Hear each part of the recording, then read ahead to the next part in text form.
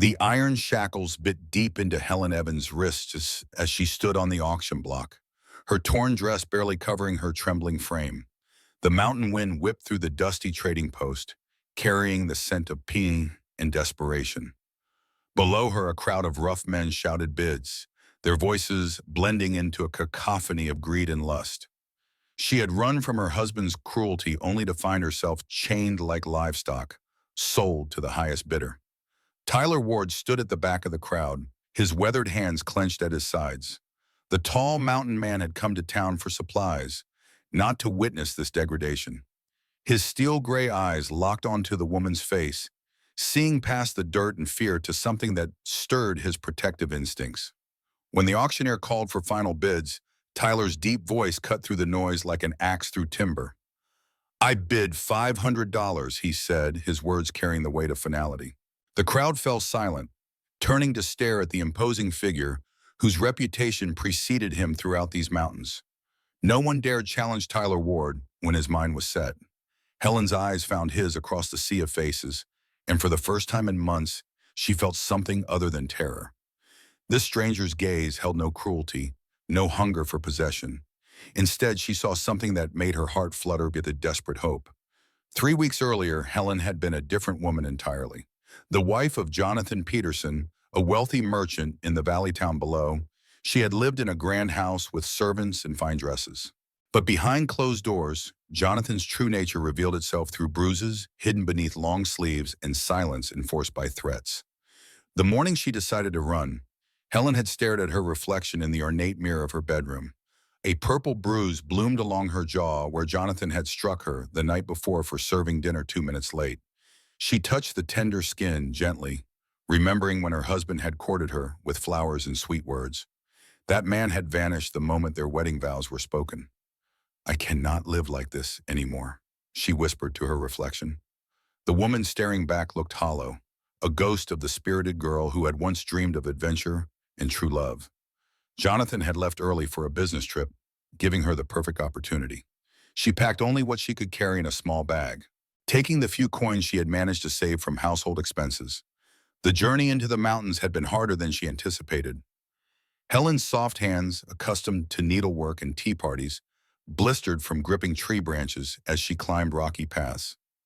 Her delicate shoes, designed for drawing room floors, fell apart on the second day, leaving her feet bloody and raw. Still, she pressed on, driven by the memory of Jonathan's rage and the promise he had made before leaving. "When I return, you will learn what happens to disobedient wives," he had said, his voice cold as winter stone. The threat had followed her up every mountain trail, pushing her forward even when exhaustion threatened to claim her one. But freedom in the wilderness proved as elusive as it had been in her gilded cage. On the fourth day, as Helen searched out desperately for water, she stumbled into a camp of traders.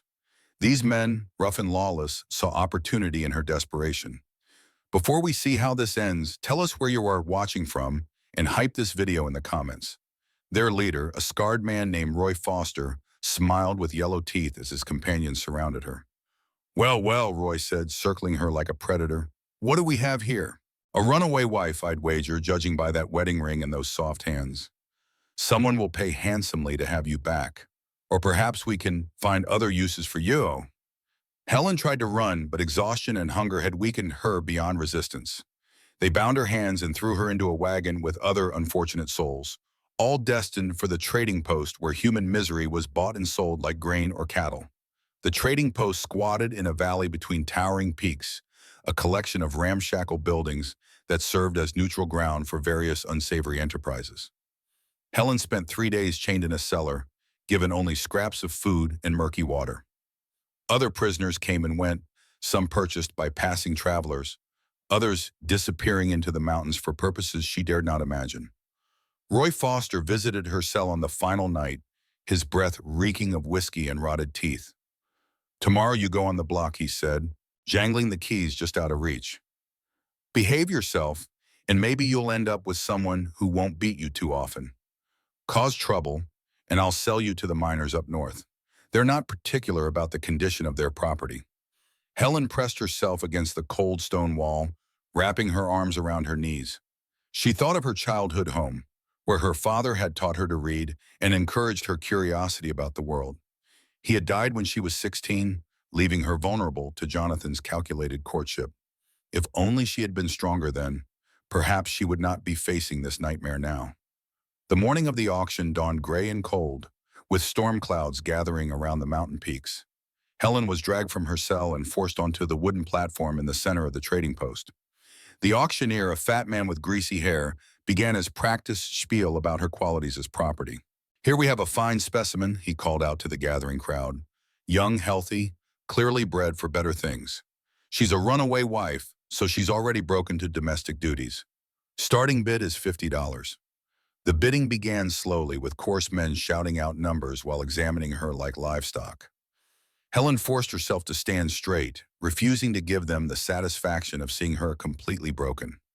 Her father had always said that dignity was something no one could take from you, only something you could surrender. As the bids climbed higher, Helen noticed the tall man standing apart from the crowd. Tyler Ward was older than the other bidders, perhaps 40 years, with graying hair and lines around his eyes that spoke of hard living and harsh country. Unlike the others, he did not leer or make crude comments. Instead, he watched with the intensity of a man making a difficult decision. When Tyler finally spoke his bid of $500, the silence that followed was deafening. Roy Foster, who had been enjoying the spectacle, suddenly looked nervous. Tyler Ward was known throughout these mountains as a man who kept his word and expected others to do the same. More importantly, he was known to be dangerous when crossed. "500 going once," the auctioneer called, his voice slightly shaky. "Going twice." Sold to Tyler Ward. As the crowd dispersed, Tyler approached the platform where Helen still stood in her chains. Up close, she could see the kindness in his weathered features, though his expression remained carefully neutral. He handed the money to the auctioneer without taking his eyes off her face. "Remove the chains," Tyler said quietly, but his voice carried an unmistakable authority. Roy Foster stepped forward, his hand resting on the pistol at his hip. "Now hold on there, Ward. She's a runaway. Might be she'll bolt the first chance she gets." Tyler's gray eyes shifted to Roy, and the temperature seemed to drop 10 degrees. "I said remove the chains." The words were spoken softly, but they carried the weight of granite mountains in winter storms. Roy's hand moved away from his weapon as he fumbled for the keys. The shackles fell away from Helen's wrists, leaving angry red marks on her pale skin. She rubbed the circulation back into her hands, hardly daring to believe this was real. "Come," Tyler said to her, his tone gentle now. "We have a long ride ahead of us."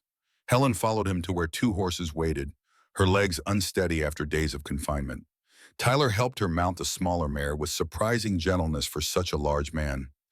As they rode away from the trading post, Helen looked back once at the place of her captivity, then turned her face toward the mountains ahead. The trail Tyler chose wound upward through dense pine forests and across rocky meadows dotted with wildflowers. They rode in silence for the first hour, the only sounds the clip-clop of hooves on stone and the whisper of wind through the trees. Helen found herself stealing glances at her rescuer, trying to understand his motivations. Tyler Ward was clearly a man of means, judging by his fine horse and quality gear, but he lived apart from civilization in these remote peaks. His clothes were well-made but practical, designed for hard use rather than fashion. A rifle rested in a scabbard on his saddle, and she noticed he carried himself with the easy confidence of someone accustomed to handling trouble. When they stopped to rest the horses beside a crystal-clear stream, Tyler finally spoke.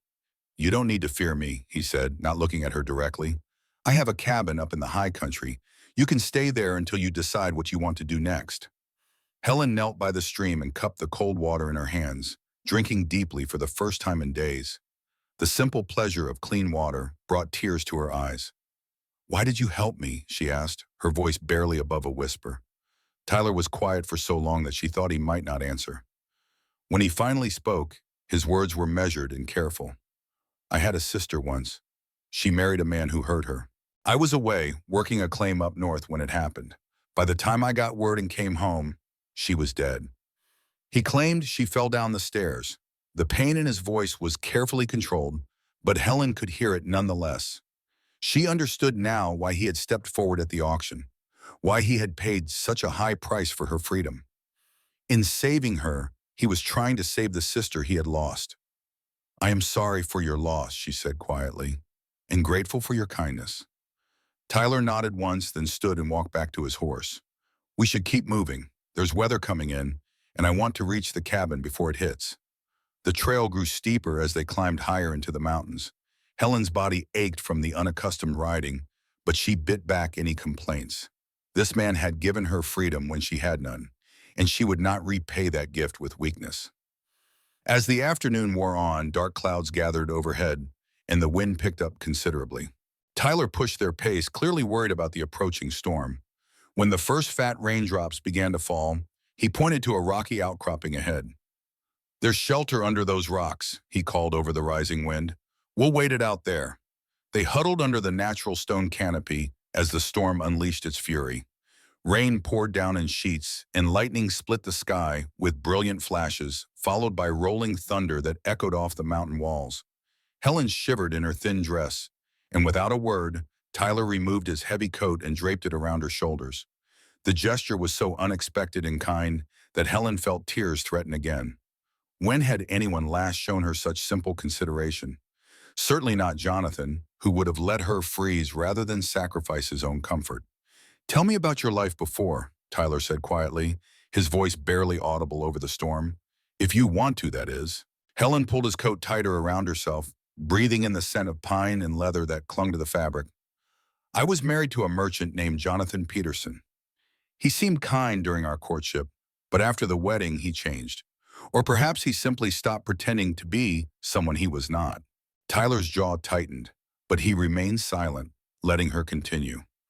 "At first it was just harsh words and unreasonable demands. Then came the bruises, always where they would not show. He told me repeatedly that no one would believe me, that I was his property to do with as he pleased. When I tried to leave once before, he found me and brought me back. The punishment for that attempt was," she paused, searching for words, "severe." The storm raged around them, but Helen found an unexpected peace in finally speaking these truths aloud. For years, she had carried the shame and fear in silence, believing somehow that she deserved her treatment. "You were right to run," Tyler said firmly. "No man has the right to hurt a woman, regardless of what the law might say about marriage. You showed courage in leaving." Helen looked at him in surprise. In her world, a woman who left her husband was seen as rebellious and immoral, regardless of the circumstances. To hear a man validate her choice was revolutionary. "What will happen when he comes looking for me?" she asked. "Because he will come. Jonathan does not like to lose what he considers his." Tyler's expression grew grim. "These mountains are my territory. I know every trail, every hiding place, every way in or out. If your husband wants to find you, he'll have to go through me first." The certainty in his voice should have been comforting, but Helen worried about the consequences. She had already brought enough trouble into this good man's life simply by existing.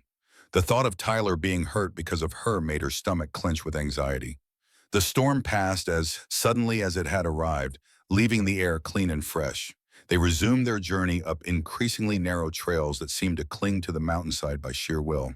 Helen's fear of heights battled with her amazement at the breathtaking views that opened up around each turn. Tyler's cabin sat in a high meadow surrounded by towering peaks, a sturdy log structure that looked like it had grown from the mountain itself. Smoke rose from the chimney, and Helen realized someone must be tending the fire in their absence.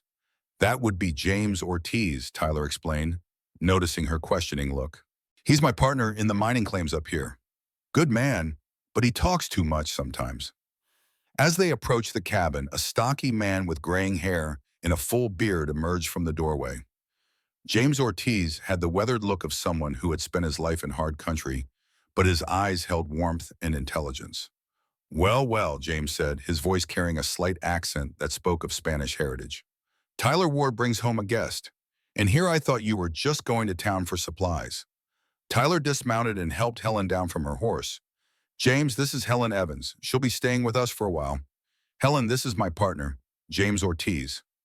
James tipped his hat politely, but Helen caught the sharp look he gave Tyler. These two men had clearly known each other long enough to communicate without words. "Pleasure to meet you, Miss Evans," James said warmly. "Any friend of Tyler's is welcome here. I've got stew cooking and fresh bread cooling. You both look like you could use a hot meal." The interior of the cabin was surprisingly comfortable, with well-crafted furniture and shelves lined with books. A fire crackled in the stone fireplace, casting dancing shadows on the log walls. Helen had expected something more primitive, but this was clearly the home of educated men who valued both comfort and learning. Tyler showed her to a small room off the main living area. It was simply furnished with a bed, washstand, and wooden chest. But to Helen, it looked like luxury after her recent experiences. Clean sheets, a real pillow, and most importantly, a door she could close and know she was safe. "This was my sister's room," Tyler said quietly. "She stayed here sometimes when she needed to get away from town. I hope you'll be comfortable." Helen touched the quilt on the bed, a beautiful pattern of blues and greens that must have taken months to complete. "Thank you," she said, "for everything." Tyler nodded and left her alone to rest and clean up. Helen found that someone had left a basin of warm water, clean towels, and even a simple but clean dress that would fit her much better than her torn and dirty garments.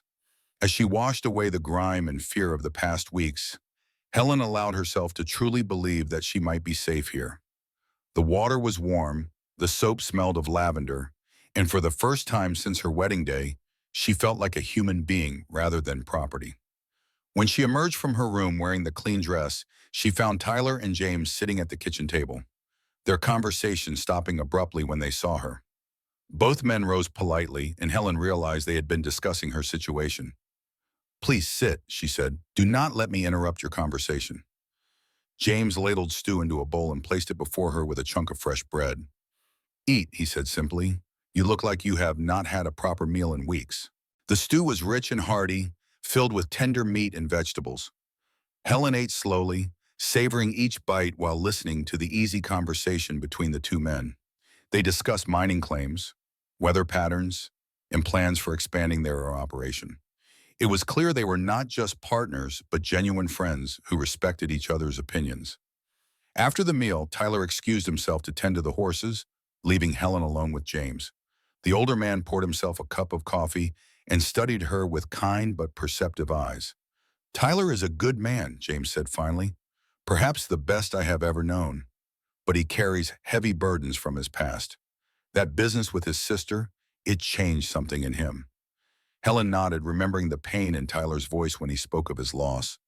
"He blames himself," James continued, "though there was nothing he could have done.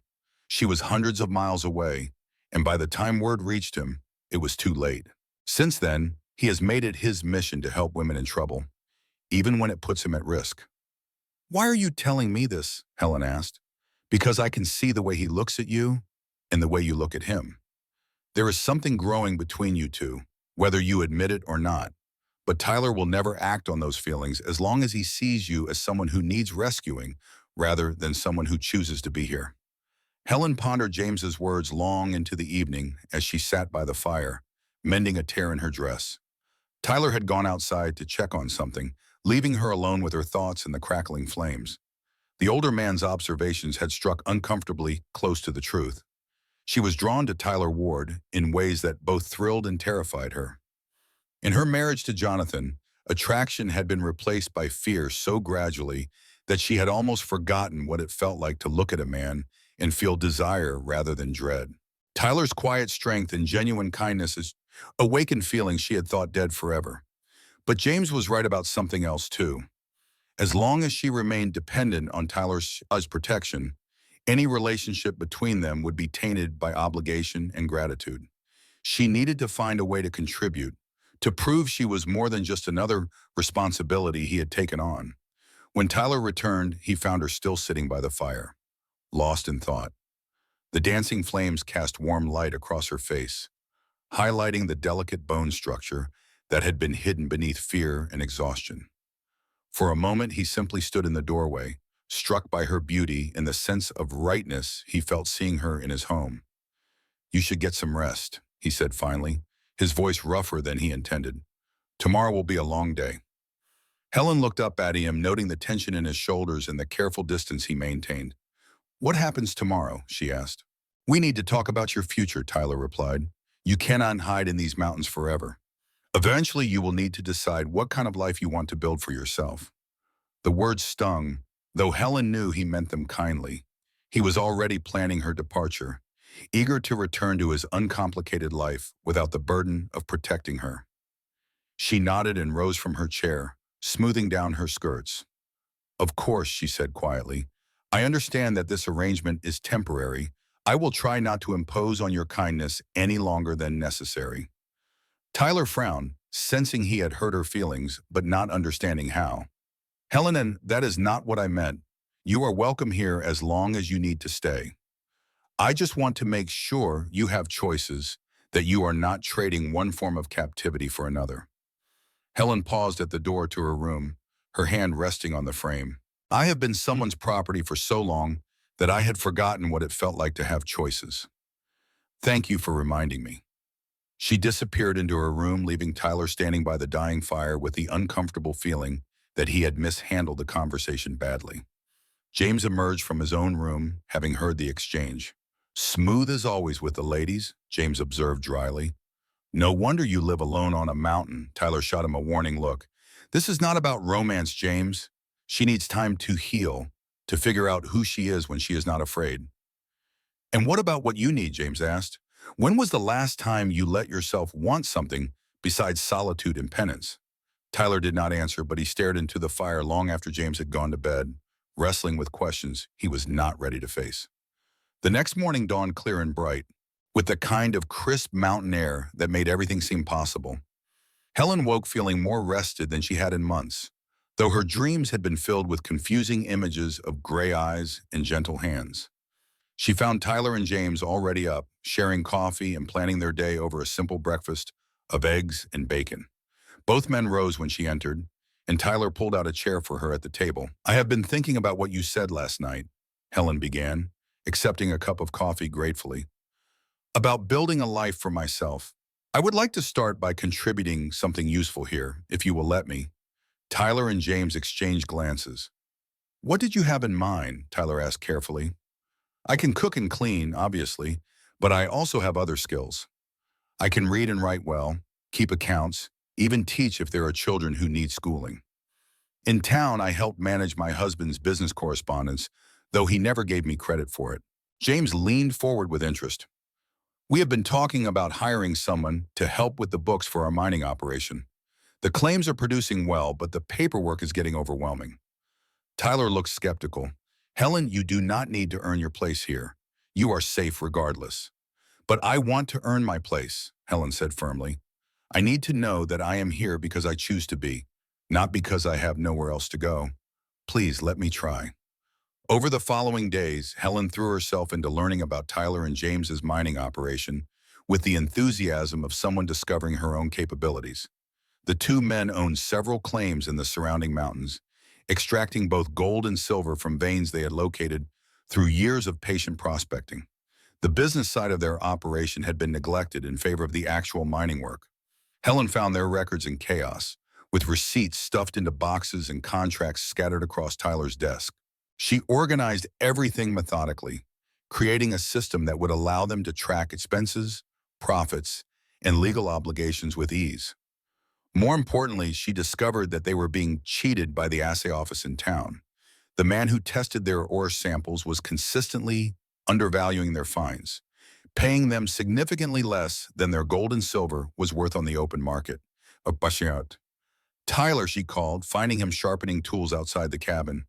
"You need to see this." She spread the papers across the kitchen table, pointing out the discrepancies she had found. "According to these assay reports, your ore has been decreasing in quality over the past 6 months. But I have been comparing the weights and descriptions, and that does not make sense given the consistency of your extraction methods." Tyler studied the documents, his expression growing darker as he understood what she was showing him. "That snake Peterson has been skimming from us for months," he said finally. Helen's blood turned to ice. "Peterson," she whispered. "Jonathan Peterson." Tyler looked up sharply. "Your husband owns the assay office." Helen sank into a chair, her mind racing. Jonathan had extensive business interests throughout the territory, but she had never known the full extent of his operations.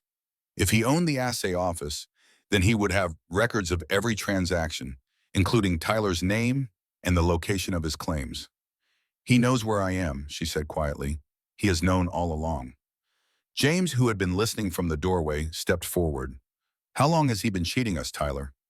According to these records, about 8 months, Helen replied, her voice steady despite her fear. He has stolen thousands of dollars from you. Tyler's hands clenched into fists. The timing fits. That is about when we started bringing in the really rich ore from the new shaft. He saw an opportunity and took it. But why wait, Helen asked. If Jonathan knows I am here, why has he not come for me? Because he is smarter than that, Tyler said grimly. He knows I would not hand you over willingly, and a direct confrontation in my territory would be dangerous for him. Instead, he has been bleeding us dry, probably hoping to force us out of business so he could claim our mines for himself. The three of them spent the rest of the day planning their response. Tyler wanted to ride to town immediately and confront Jonathan, but Helen and James convinced him that direct action would only put her in more danger. We need proof of his theft, Helen argued, something that will hold up in court or with the territorial authorities. If we can expose his fraud, we can destroy his credibility in his business. James nodded agreement, and we need to be prepared for him to escalate things once he realizes we are onto his scheme. That night, Helen lay awake listening to the wind in the pines and thinking about the trap that was closing around them. Jonathan was not the type of man to accept defeat gracefully. If his subtle approach failed, he would try something more direct and dangerous. She thought about Tyler's offer to help her build a new life somewhere else. Perhaps it would be better for everyone if she simply disappeared, leaving him and James to deal with Jonathan's fraud without the complication of her presence. But even as the thought crossed her mind, Helen rejected it. She was tired of running, tired of letting fear make her decisions. For the first time in years, she had found a place where she felt valued and respected. She would not abandon that without a fight. The next morning brought visitors. Helen was hanging laundry behind the cabin when she heard horses approaching on the main trail. She peered around the corner and saw 3 men dismounting near the front porch. Her heart stopped when she recognized the leader. Jonathan Peterson looked exactly as she remembered, tall and handsome in an expensive suit that was somehow still immaculate despite the long ride up the mountain. His dark hair was perfectly styled, and his smile was as charming as ever.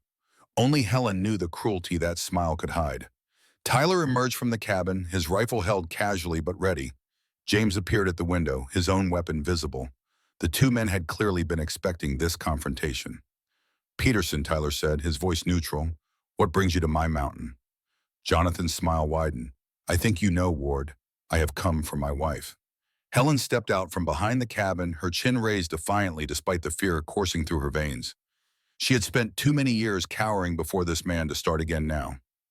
Hello, Jonathan, she said, her voice steady. I see you found me. Jonathan's expression shifted subtly, the charming mask slipping just enough to reveal the anger beneath. My dear wife, he said, his tone sickeningly sweet. You have led me on quite a chase. I have been worried sick about you. Tyler stepped protectively closer to Helen, his rifle still ready. She is not going anywhere with you, Peterson. Jonathan laughed, a sound devoid of genuine humor. I am afraid that is not your decision to make, Ward. Helen is my wife, legally bound to me by law and God. Whatever fantasy you two have been playing up here, it ends now. The law also says you cannot abuse your wife, Helen said quietly, but that never stopped you before. One of Jonathan's companions, a hard-faced man with a deputy's badge, spoke up. Mr. Peterson has legal documents proving his marriage to this woman. She is his property under territorial law, and anyone who interferes with his rights could face serious charges. Tyler's grip tightened on his rifle. Property, he repeated, his voice dangerous. She is a human being, not livestock. The third man, whom Helen recognized as one of Jonathan's business associates, cleared his throat nervously. Perhaps we could discuss this reasonably. Mr. Peterson is willing to overlook certain irregularities in exchange for his wife's immediate return. Helen felt the familiar pattern beginning, the way Jonathan used others to do his dirty work while maintaining his facade of respectability. But she was not the same terrified woman who had fled into the mountains weeks ago. I will not go with you, Jonathan, she said clearly. I would rather die first. Jonathan's mask slipped, further revealing the cold fury she remembered so well. That can be arranged, my dear. These mountains are dangerous places. Accidents happen all the time. Tyler raised his rifle, no longer making any pretense of civility. Are you threatening her, Peterson? The deputy's hand moved toward his gun, but James's voice stopped him cold. I would not do that if I were you, friend. You are outnumbered and outgunned on our territory. Helen could see the situation escalating toward violence, and she knew that Tyler and James would be the ones to suffer the consequences. Jonathan had connections and legal protection that would allow him to claim self-defense no matter what happened here. Wait, she said, stepping forward. Jonathan, what is it you really want? You never loved me, so this is not about getting your wife back. What are you after? Jonathan's smile returned, but now it was predatory rather than charming. Very perceptive, my dear. You always were too clever for your own good. You are right, of course. I care nothing for you as a wife, but you have cost me a great deal of money and embarrassment. I cannot allow that to go unpunished. He gestured toward the mountains around them. These mining claims are quite valuable, I understand. It would be unfortunate if their current owners were to meet with accidents, leaving the claims available for new development. Tyler's eyes narrowed. You have been stealing from us for months through your assay office. Now you want our claims too. Business is business, Ward. You mountain men never did understand the complexities of commerce. But my wife's presence here gives me the legal justification I need to take action against you for kidnapping and theft. Helen felt pieces of the puzzle clicking into place. Jonathan had orchestrated everything, from her capture by Roy Foster to her sale at the trading post. He had known Tyler would intervene, had probably counted on the mountain man's protective instincts. Now he could claim that Tyler had stolen his wife and use that as pretext to seize the valuable mining claims. You planned this, she said, her voice filled with disgust. The whole thing. You arranged for me to be captured and sold, knowing Tyler would buy my freedom. Then you could accuse him of theft and take his property. Jonathan applauded mockingly. Brilliant as always, my dear, though you give me too much credit. I merely took advantage of opportunities as they arose. When Roy Foster brought word that he had captured a runaway wife, I saw the potential for profit. The deputy looked uncomfortable with these revelations, but his hand remained near his weapon. The business associate had gone pale, clearly not having been informed about the true nature of their mission. Tyler stepped forward, his rifle trained on Jonathan. You are not taking her, and you are not taking our claims. I suggest you ride back on that mountain while you still can. Jonathan's expression hardened. I am afraid I cannot do that, Ward. Too much is at stake now, but I am prepared to offer you a deal. Sign over your claims to me, and I will allow you and your partner to live. Refuse, and I will have you both arrested for kidnapping and claim jumping. Helen could see the trap closing around the men who had shown her such kindness. Jonathan held all the legal cards, backed by corrupt officials, in his own wealth. Even if Tyler and James could prove their innocence eventually, they would be destroyed financially by the legal process. There is another option, she said quietly, her mind working furiously. Everyone turned to look at her, and she took a deep breath before continuing. I challenge you to single combat, Helen said, her words ringing clear in the mountain air. By the old laws that still hold in this territory, I claim the right to trial by combat to determine my fate. Jonathan laughed incredulously. You cannot be serious, my dear. You are a woman, and my wife besides. You have no legal standing to make such a challenge. But Helen had been reading Tyler's law books during her recovery, studying the territorial statutes that govern life in these remote regions. Actually, I do have that right. The territorial code specifically allows for trial by combat in cases where regular legal proceedings would be impractical or corrupt. Given that you own the deputy and probably the judge as well, I would say this qualifies. The deputy sputtered indignantly, but Helen continued before he could object. Furthermore, the code allows a woman to name a champion to fight in her place. I choose Tyler Ward as my champion. Tyler stared at her in amazement. Then a slow smile spread across his weathered features. He understood what she was doing, turning Jonathan's own legal maneuvering against him. Jonathan's face had gone red with fury. This is ridiculous. I will not dignify this farce with a response.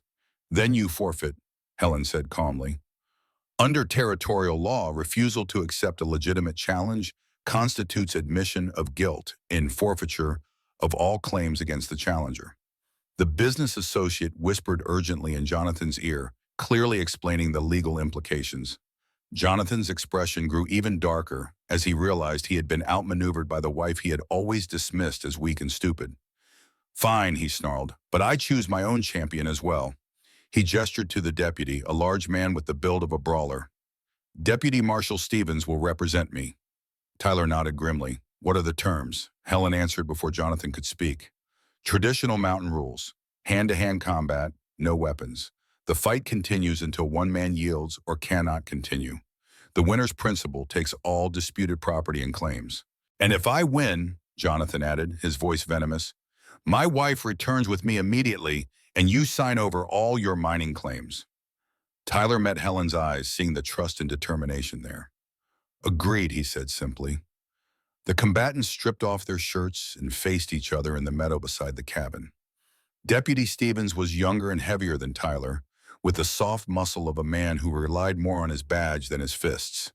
But Tyler had the lean strength of someone who had spent his life doing hard physical labor in unforgiving country.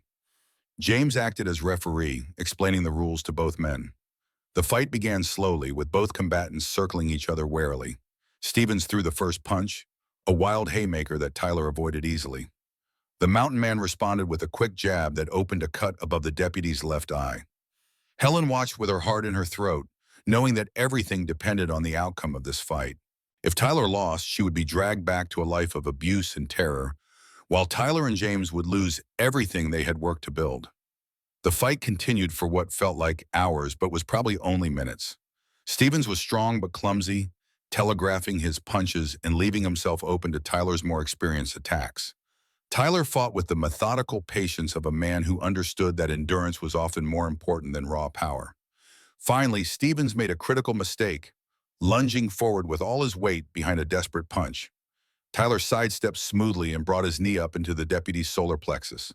Stevens collapsed, gasping for air and unable to continue.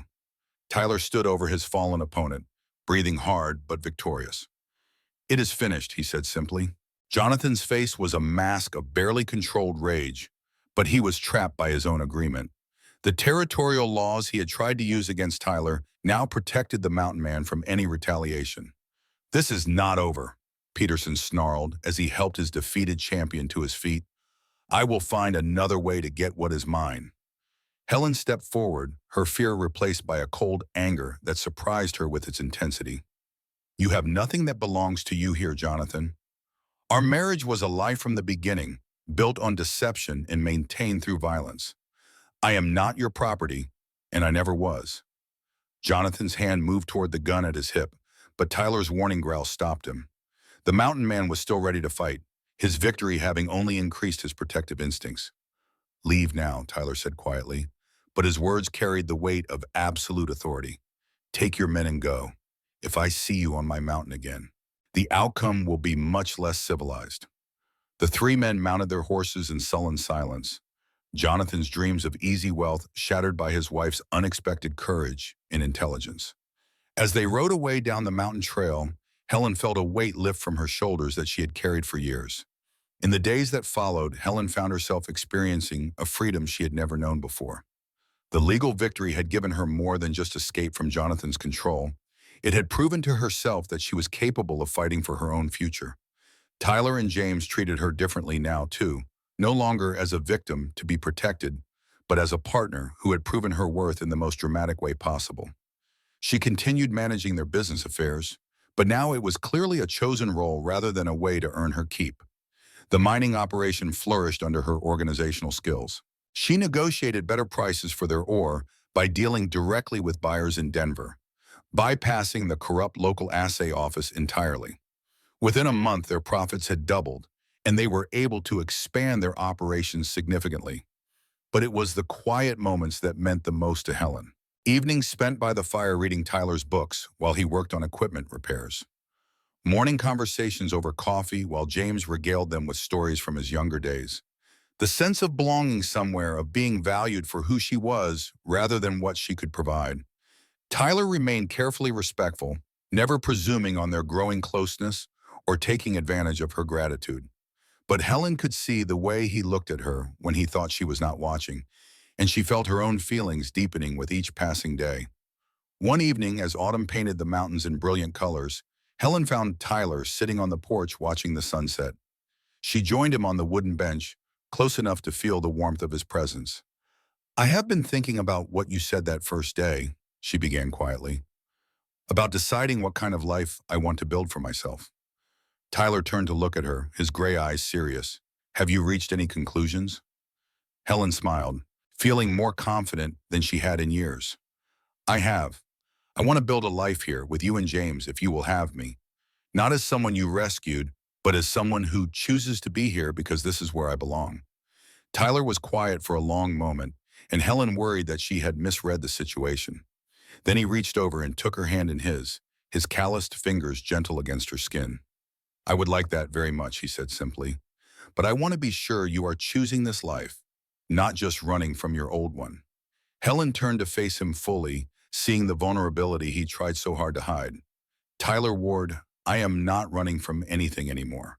I am running to something, to someone who sees me as I really am and values what I have to offer. I am running to you." The kiss that followed was gentle and tentative, full of promise rather than demand. When they broke apart, Tyler rested his forehead against hers, and Helen could see tears glistening in his eyes. "I never thought I would find someone who could understand this life," he whispered. "Someone who could be happy in these mountains, away from civilization and its comforts." Helen laughed softly. "After what I have experienced of civilization's comforts, I prefer the honest hardships of mountain life. At least here, when storms come, you can see them approaching and prepare for them." James emerged from the cabin at that moment, took one look at the couple on the porch and grinned widely. "Well, it is about time," he announced. "I was beginning to think you two would dance around each other all winter." Tyler and Helen laughed, the tension of unspoken feelings finally released. James joined them on the porch with a bottle of whiskey he had been saving for a special occasion. "To new beginnings," he toasted, raising his glass, "and to the courage to seize them when they come." As the three of them sat watching the stars emerge in the clear mountain sky, Helen reflected on the journey that had brought her to this moment. She had lost everything she thought she wanted, only to discover everything she actually needed. The mountains that had once seemed harsh and forbidding now felt like home. The man beside her, who had started as her rescuer, had become her partner and equal. The future, which had once seemed hopeless, now stretched ahead full of possibility. Winter came early to the high country that year, blanketing the mountains in deep snow that would isolate them from the outside world for months. Helen had worried about the long confinement, but she found the season brought its own special intimacy to their small community. Tyler taught her to ski on wooden planks he carved himself, and she surprised him with her natural balance and fearless approach to the steep slopes around their cabin. James showed her how to preserve meat and vegetables for the long winter, skills that would serve her well in their remote location. In the evenings, they gathered around the fire to read, play cards, or simply talk about their dreams for the future. Helen learned about Tyler's plans to expand their mining operation and perhaps start a small ranch in the lower meadows. She shared her own ideas about bringing education to the scattered settlements in the region, using her skills to help others build better lives. The isolation that might have felt like imprisonment in her marriage to Jonathan became a cocoon of safety and growth. Here, with people who valued her mind and respected her choices, Helen discovered strengths she had never known she possessed. Spring arrived with a rush of melting snow and blooming wildflowers. The trails reopened, bringing news from the outside world and the possibility of new challenges. They learned that Jonathan Peterson's business empire had collapsed after his fraudulent practices were exposed. He had fled the territory, leaving behind debts and angry creditors. Helen felt a mixture of satisfaction and pity when she heard the news. She had won their personal battle, but she took no joy in seeing another human being destroyed, even one who had caused her so much pain. Tyler and James decided to expand their operation that summer, opening new claims and hiring additional workers. Helen threw herself into managing the growing business, her organizational skills proving invaluable as they navigated the complexities of territorial mining law and federal regulations. But it was the personal growth that mattered most to her. Each day brought new confidence, new proof that she was capable of far more than she had ever imagined. The frightened woman who had fled into the mountains had been replaced by someone strong and self-assured, someone who could face whatever challenges life might bring. One evening in late summer, as they sat on the porch watching the sunset paint the peaks in shades of gold and crimson, Tyler took her hand and spoke the words she had been hoping to hear. "Helen Evans," he said formally, "will you do me the honor of becoming my wife?" She had been expecting the proposal for weeks, but hearing the actual words still made her heart race with joy. "Yes, Tyler Ward," she replied, her voice steady despite her emotions. "I will marry you not because I need your protection, but because I love you and choose to share my life with you." James, who had been eavesdropping shamelessly from inside the cabin, let out a whoop of joy and emerged with another bottle of his special whiskey. "About time," he declared again, his favorite phrase for any positive development in their lives. They were married the following month by a traveling preacher who made his rounds through the mountain settlements. The ceremony was simple but meaningful, attended by the handful of neighbors who lived within a day's ride of their cabin. Helen wore a dress she had sewn herself from fabric Tyler brought back from his last trip to town. It was not the elaborate gown she had worn for her first wedding, but it represented something far more precious: her free choice to commit her life to a man who truly loved and respected her. As they exchanged vows in the meadow beside their cabin, surrounded by the towering peaks that had become her sanctuary, Helen felt a peace she had never known before. She was no longer running from something. She was running toward a future filled with love, partnership, and endless possibility. The years that followed brought both challenges and triumphs to their mountain home. Tyler and Helen's mining operation grew into one of the most successful in the territory. But more importantly, their partnership deepened into something unshakable. Helen established a school for the children of miners and settlers, traveling to remote cabins to teach reading and arithmetic to youngsters who might otherwise have grown up without education. Tyler supported her efforts, understanding that knowledge was as valuable as gold in building a better future for their community. James remained their closest friend and business partner, eventually marrying a widow from town who shared his love of laughter and good food. The four of them created an extended family that provided support and companionship through the inevitable hardships of mountain life. Helen never forgot the lessons she had learned during her darkest days. When other women arrived in their area fleeing abusive situations, she was always ready to help, offering practical assistance and emotional support to those who needed it most. Tyler backed her efforts completely, understanding that her compassion came from hard-won experience.